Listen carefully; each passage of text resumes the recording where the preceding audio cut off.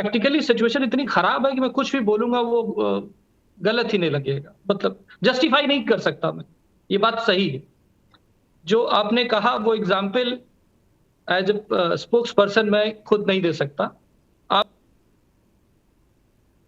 जी, ऐसा पीएम कर सकते हैं, ऐसा मंत्री कर सकते हैं, लेकिन मेरा ये मानना है कि as chief minister, as a सरकार, उत्तर प्रदेश की सरकार के तौर पे आप देखिए, पिछली बार जो एजुकेशन का बजट आया था, अभी तक उत्तर प्रदेश के इतिहास में इतना बड़ा,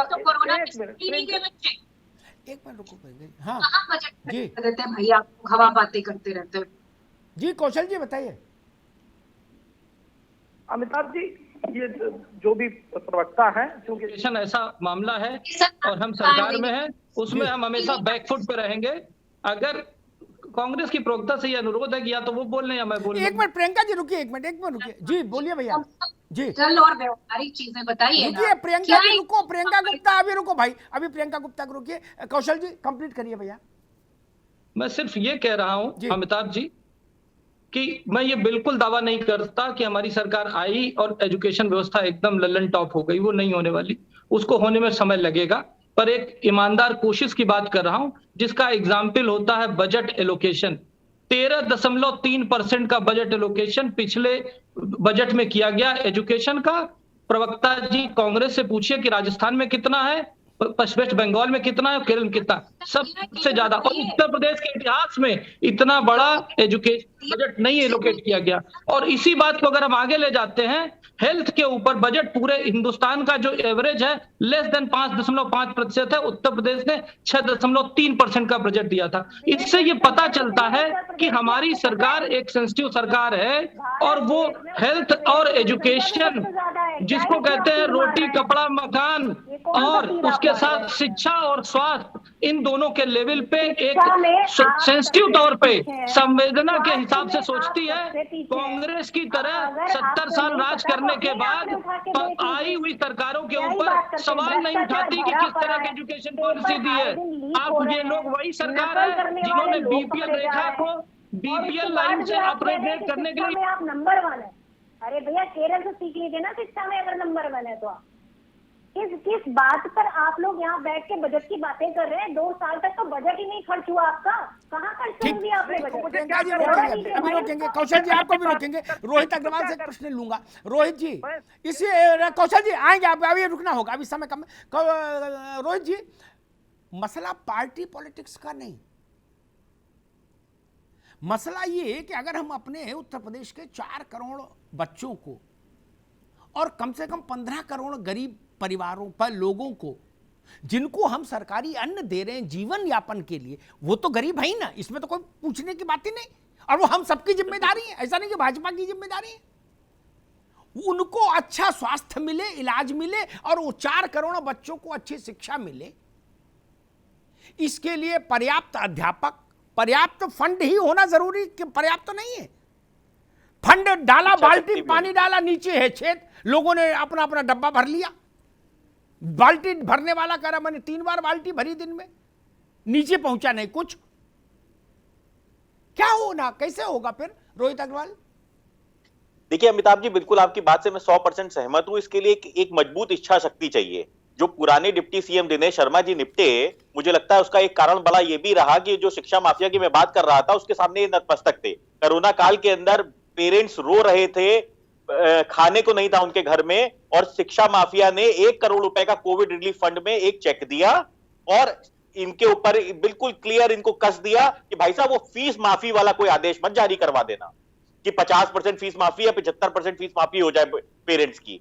और तो स्थिति है कि जब तक आप नतमस्तक रहोगे प्राइवेट शिक्षा माफियाओं के आगे, तब तक आप सरकारी व्यवस्था को सुधार नहीं पाओगे। आपके अंदर इच्छा शक्ति नहीं है, आप तो अपना भला देख रहे हो। स्थिति यह है यहाँ पे कि आप देखिए, आज 20% स्कूलों ने सबने फीस बढ़ा दी इस साल।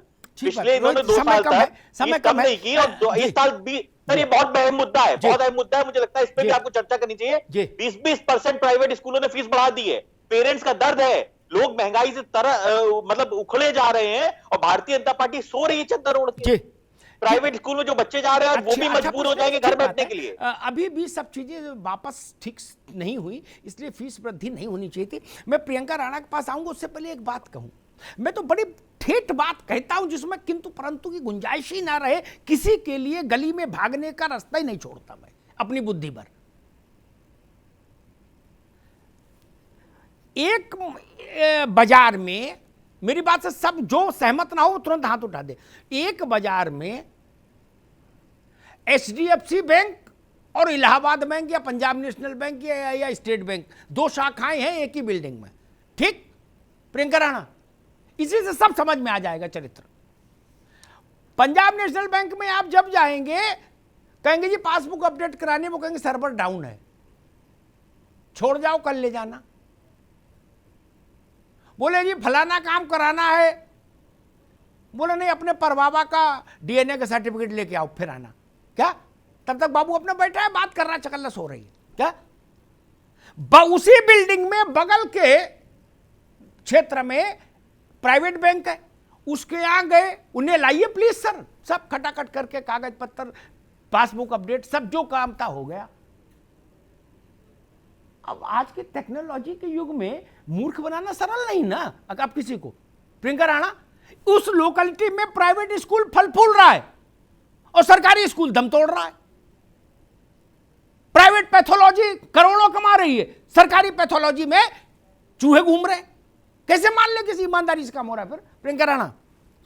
बिल्कुल बिल्कुल, आप सही कह रहे हैं। और देखिए, ईमानदारी की अगर बात करें तो इवन अगर आप शिक्षा में आप जो भर्तियां हैं उनमें देख लीजिए ना, आप सरकारी स्कूल में इतनी इतनी सैलरी मिलती है, उच्च शिक्षक को तो एक लाइन ठीक से पढ़नी भी नहीं आती और वो इंग्लिश की टीचर है, तो ऐसे स्कूल में कौन जाएगा? मैं खुद चप्पल घिसती हूँ, सरकारी अधिकारियों से मिलती हूँ पेरेंट एसोसिएशन के मुद्दों को लेकर के। तो एक दिन मुझे डीएम ने बोला कि भाई आप ऐसा कीजिए ना, आप सरकारी स्कूल में भर्ती करा लीजिए अपने बच्चे का। मैंने कहा बिल्कुल करा लूंगी, मैं खुद चाहती हूँ सरकारी स्कूल में भर्ती कराना अपने बच्चे को, लेकिन वो व्यवस्था तो दे दीजिए। आज आप ये बताइए ना, आप अपने बच्चे को पढ़ा लेंगे कि उस स्कूल में? आप अपने बच्चे को पढ़ाइए, मैं भी पढ़ा लूंगी। तो देखिए, प्राइवेट स्कूल तो जितने अधिकारी, जो सरकारी अधिकारी ऐसे नतमस्तक है उनके आगे, BSc के पास चले जाइए आप, DIOS के पास चले जाइए, कोई आपकी गुहार नहीं सुनता है। और आपने देखा होगा अमिताभ जी, किस तरह से मैं धरने प्रदर्शन करती हूँ, किस तरह से मुद्दे लेकर के जाती हूँ, लेकिन आखिर में कुछ नहीं होता। फी ऑर्डिनेंस नाम के लिए सिर्फ कागज पर रह गया है, कुछ नहीं होता है। अब हमारी सिर्फ एक गुहार है कि कम से कम सरकारी स्कूलों को तो ठीक कर लीजिए, प्राइवेट स्कूल तो आपके हाथ में है नहीं। ठीक,